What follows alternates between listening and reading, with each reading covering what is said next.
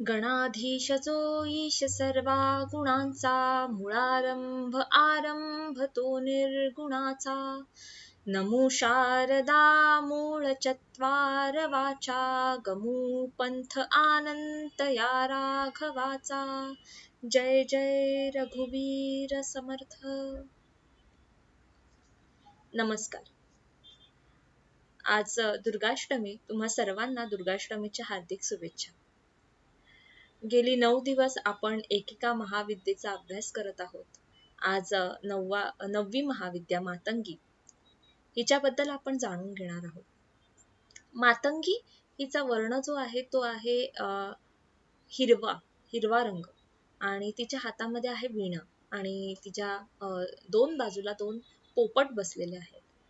तर हे जे रूप आहे ते तांत्रिक सरस्वती म्हणून सुद्धा ओळखलं जातं. आपण सरस्वतीची प्रतिमा बघतो की जिच्या हातात वीणा आहे, जी कलेची देवता आहे, वाणीची देवता आहे, ज्ञानाची देवता आहे, ती सरस्वती तंत्रशास्त्रामध्ये मातंगी या नावाने ओळखली जाते.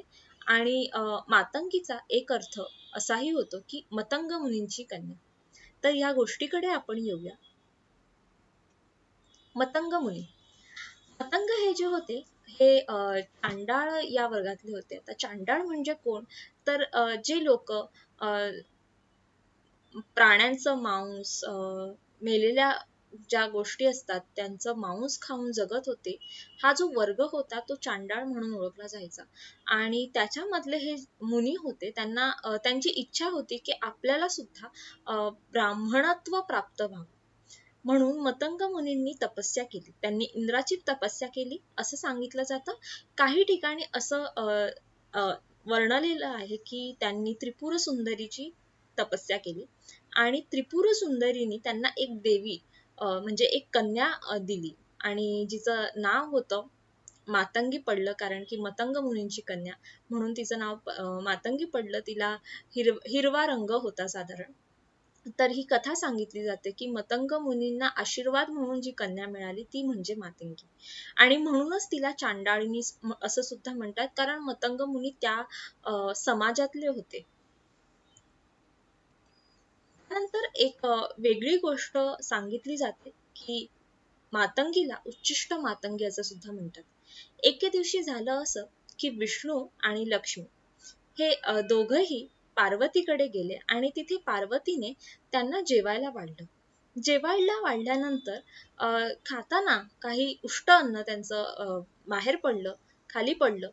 आणि ज्यावेळेस ते खाली पडलं अन्न त्यावेळेस प्रसाद, कारण विष्णू आणि लक्ष्मी यांचं उष्ट अन्न म्हणजे जवळजवळ देवाचा प्रसादच या रूपामध्ये सरस्वती जी आहे ती तिथे प्रकट झाली आणि तिथे तिने ते उष्ट अन्न ग्रहण केलं, म्हणून तिला उच्चिष्ट मातंगी असं सुद्धा म्हणतात. ती त्या उरलेल्या अन्नातून प्रकट झाली. जे उरलेलं अन्न होतं लक्ष्मी आणि विष्णूंनी ग्रहण करून, पार्वतीने ग्रहण करून त्याच्यातून ती प्रकट झाली. याच्यातून एक असा अर्थ निघतो की एक शक्ती आहे आणि त्या शक्तीच्या प्रभावाने आपण या सगळ्या गोष्टी बघतो. आपले डोळे काही गोष्टी बघतात, काही गोष्टी आपले डोळे बघू शकत नाही. त्याचप्रमाणे काही आवाज आपल्याला ऐकायला येतात, पण काही आवाज आपल्याला ऐकायला येत नाही. काही ज्या गोष्टी आहेत, काही काही आवाज आहेत ते आपण जिभेने बोलू शकत नाहीत, असे सुद्धा आवाज असतात. त्यानंतर अशा अनेक गोष्टी आहेत ज्याचा सुगंध आपलं नाक ग्रहण करू शकत नाही. तर असं जे उरलेलं आहे म्हणजे आपण ग्रहण करून सुद्धा उरलेलं आहे, सृजन करून सुद्धा जी शक्ती उरते आणि जी प्रकट होत नाही ती म्हणजे मातंगी. तर ज्ञानामध्ये आपण म्हणतो की हे ज्ञान ते ज्ञान, किंवा ज्ञानामध्ये सुद्धा अनेक प्रकार आहेत. आपल्याला वेगवेगळ्या विद्या माहिती आहेत, पण त्याच्यानंतर सुद्धा काही विद्या उरतात. तर सृजन करून सुद्धा जे उरतं आणि प्रकट होत नाही, म्हणजे विष्णू आणि लक्ष्मी यांनी ग्रहण केल्यानंतर सुद्धा जे उरतं ती म्हणजे मातंगी आहे. आणि हिचा एक अर्थ मत्त याचा अर्थ होतो विचार, मती याचा अर्थ होतो बुद्धी, म्हणजे असे विचार जे प्रकट झालेले नाहीयेत आणि ती प्रकट होण्यासाठी जेव्हा विचारात येतात त्यावेळेस ती शक्ती असते, ती असते मातंगी. तर अशी गोष्ट उच्छिष्ट मातंगी म्हणून का ओळखलं जातं, अशी एक गोष्ट आहे. त्याचप्रमाणे तिला उच्छिष्ट चांडाळिनी सुद्धा म्हणतात. तर चांडाळ जो समाज होता तो देवीची आराधना करत होता आणि त्यांनी काय केलं की जेवण तयार केलं, तिच्यासाठी भोग तयार केला आणि देवाला दाखवायचा होता नैवेद्य. त्यावेळेस त्या लोकांनी जेवण ते टेस्ट करून बघितलं की देवाला आपण जे देतोय ते खरंच योग्य आहे का, चांगलं आहे का, म्हणून या शुद्ध भावाने ते देवीला नैवेद्य अर्पण करतात. आता यावेळेस कुठलीही देवता ते अन्न ग्रहण करण्यासाठी येत नाही, पण पार्वती जी आहे ती मातंगी रूपामध्ये तिथे प्रकट होते आणि ते जेवण ग्रहण करते. त्या चांडाळांचं उष्ट जेवण ती खाते म्हणून तिला उच्चिष्ट चांडाळिनी असं सुद्धा म्हणतात. यानंतर आणखीन एक गोष्ट मातंगी बद्दलच सांगितली जाते जी नारद पंचतंत्रामध्ये आहे आणि ती गोष्ट अशी आहे की पार्वती लग्न होऊन शंकरा घरी येते आणि शंकरा घरी आल्यानंतर काही दिवसांनी तिची इच्छा होते की आपण थोड्या दिवसांसाठी का होईना आपण आपल्या माहेरी जाऊया. त्यामुळे ती शंकरांना सांगते की मी माहेरी जाते, काही दिवसांनी मी परत येईल. तर शंकर अर्थातच तिच्यावर खूप प्रेम करत असतात आणि ते म्हणतात ठीक आहे जा तू, पण लवकर घरी परत ये आणि जर तू नाही आलीस तर मला तिथं यावं लागेल. ती हो म्हणते आणि निघून जाते.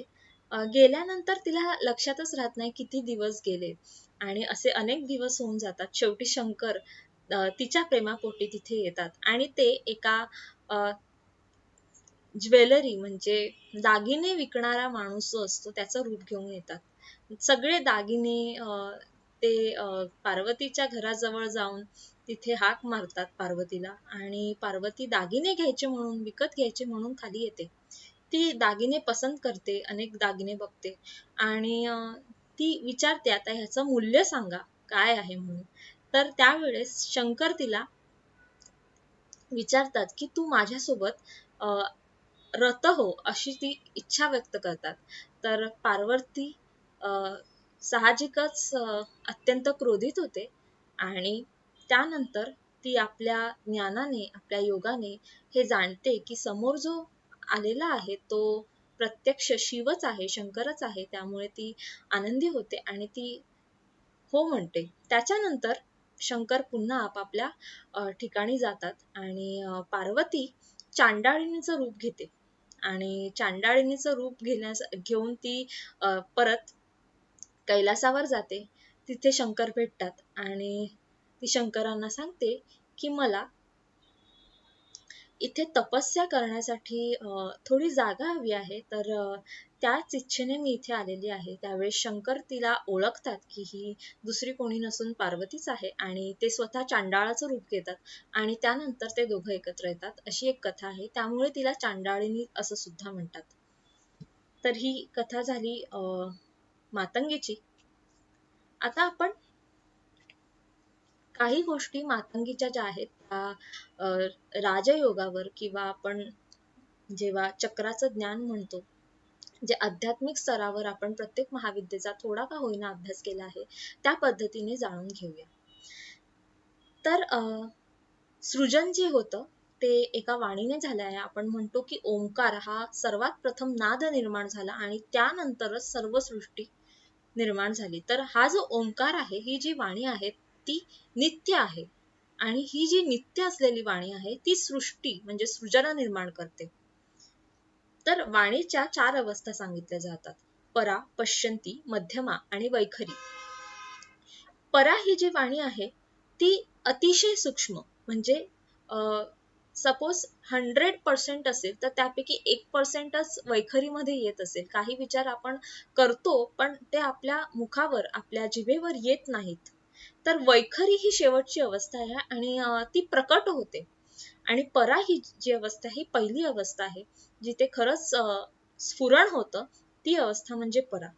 तर परा ही जी अवस्था आहे ती मूलाधार चक्राशी रिलेट केली गेली आहे आणि मूलाधार चक्र जे आहे ते सगळ्यात खाली स्थित आहे. त्यानंतर मणिपूर चक्र आणि तिथे पश्यंती ही वाणी रिलेट केलेली आहे. अनाहत चक्र जे आहे ते मध्यमेशी आणि विशुद्धी चक्र आहे ते वैखरीशी. आता मणिपूर चक्र, अनाहत चक्र आणि विशुद्धी, कारण परा ही जी आहे, परावाणी जी आहे ती अतिशय सूक्ष्म आहे आणि इच्छा, आपल्याला बोलण्याची इच्छा जी होते ती मणिपूर चक्राने, आणि मणिपूर चक्र रिलेट केले गेले आहे की पश्चिम दिशी. तर ज्ञान जे आहे ते, ज्ञानशक्ती जी आहे ती अनाहत, म्हणजे पहिले आपल्याला बोलण्याची इच्छा होते, त्यानंतर आपण विचार करतो की हा आता ह्या गोष्टीवर आपल्याला बोलायचं आहे, तर मी काय बोलू, आता मी काही बोलत आहे तर त्याच्या आधी मी विचार करत आहे. तर ही जी ज्ञानशक्ती आहे ती मध्यमामधून येते. आणि शेवटची वैखरी, म्हणजे ज्यावेळेस आपण प्रत्यक्ष बोलतो, आपले विचार प्रकट करतो, ती जी आहे ती क्रियाशक्ती, आणि ही जी क्रियाशक्ती आहे ही विशुद्ध चक्राशी संबंधित आहे, आणि विशुद्धी चक्र हे डायरेक्ट वैखरीशी. तर मातंगी जी आहे ती वैखरी वाणीला वैखरी वाणीचं प्रतीक आहे, आणि ती विशुद्ध चक्राशी रिलेटेड आहे, म्हणजे ती विशुद्ध चक्रात स्थित आहे. आता मातंगी जी आहे ती मंत्रिणी आहे त्रिपुर सुंदरीची. त्याच्यानंतर ती म्हणजे कला आहे, वाणी आहे. जसं की आपण बघितलं की मातंगी ही सरस्वती आहे आणि मोठ्या समूहावर प्रभाव करणारी वाक्सिद्धी आहे. म्हणजे आपण जर बघितलं तारा, तारा सुद्धा नीळ सरस्वती म्हणून पूजली जाते. तर तारा ही जी शक्ती आहे ती तारून नेण्यासाठी आहे. आणि ज्या वेळेस एखादा व्यक्ती फेमस होतो, एखादा व्यक्ती प्रसिद्ध होतो, एखाद्या व्यक्तीचा प्रभाव इतका मोठा असतो की खूप मोठा जनसमुदाय त्याच्या भोवती, त्याच्या आजूबाजूला गोळा होतो, त्याचं बोलणं ऐकून घेतो आणि लोकमान्य होतो. तर ही जी वाक्सिद्धी आहे ती मातंगीमुळे मिळते. आणि मातंगीचे जे उपासक आहेत, तर असं म्हटलं जातं त्यामध्ये बऱ्याचदा सिंगर्स, त्याच्यानंतर आर्टिस्ट, कम्युनिकेशन च्या लेवलला जे जे काम करतात त्यांच्या मार्फत केलं जातं, पोएट्स, या सगळ्या गोष्टी आहेत. तर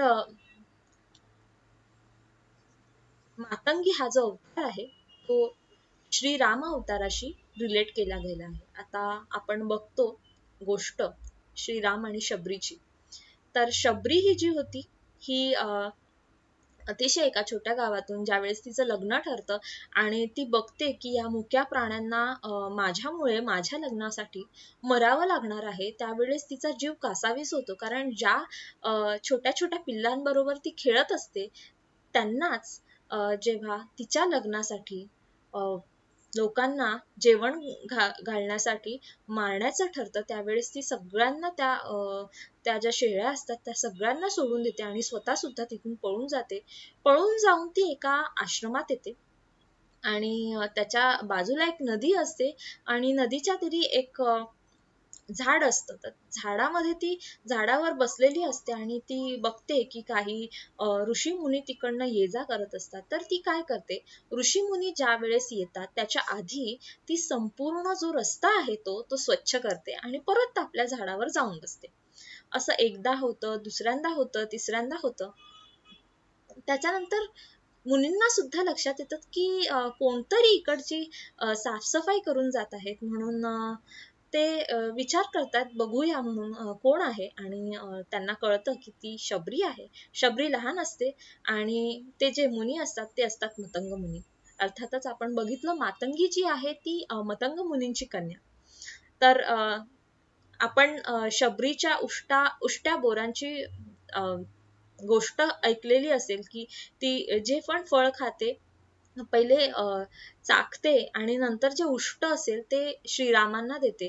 तर ऍक्च्युली हे जे चांडाळ आहेत, जे मतंग समाज आहेत, त्यांच्यामध्ये अशाच प्रकारे देवाची पूजा केली जाते की आपण देवाला जो पण नैवेद्य देणार आहे तो बरोबर आहे का नाही, का मीठ कमी पडलंय, का गोड जास्ती झालंय, का तिखट जास्ती झालंय, हे सगळं ते चेक करतात पहिले आणि नंतर ते थोडंसं चाखून मगच देवाला ते अर्पण करतात. तर अशा प्रकारे शबरीने सुद्धा केलं होतं आणि म्हणूनच कदाचित श्रीरामाचा जो अवतार आहे तो मातंगीशी रिलेट केला गेला आहे.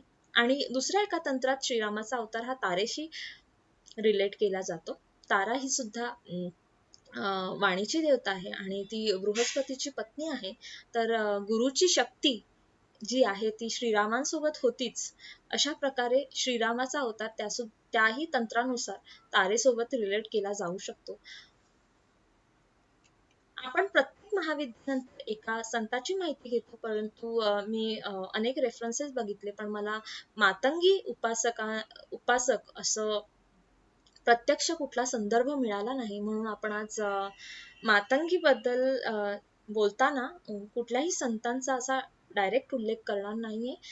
सिम्पली असं समजून घ्या की जे मोठे कवी होते किंवा सिंगर होते, ह्याच्यामध्ये मला इनडायरेक्ट रेफरन्स रवींद्रनाथ टागोर आणि स्वामी करपात्रींचा मिळाला, पण तरीही ठोस असा पुरावा की त्यांनी खरंच मातंगीची साधना केली होती का नाही असं मिळालं नाही. म्हणून मी मातंगीचे जे संतांचा जो भाग आहे तो आज स्किप करत आहे. थँक्यू. ओम पूर्णमदः पूर्णमिदं पूर्णात् पूर्णमुदच्यते पूर्णस्य पूर्णमादाय पूर्णमेवावशिष्यते. ओम शांती शांती शांती.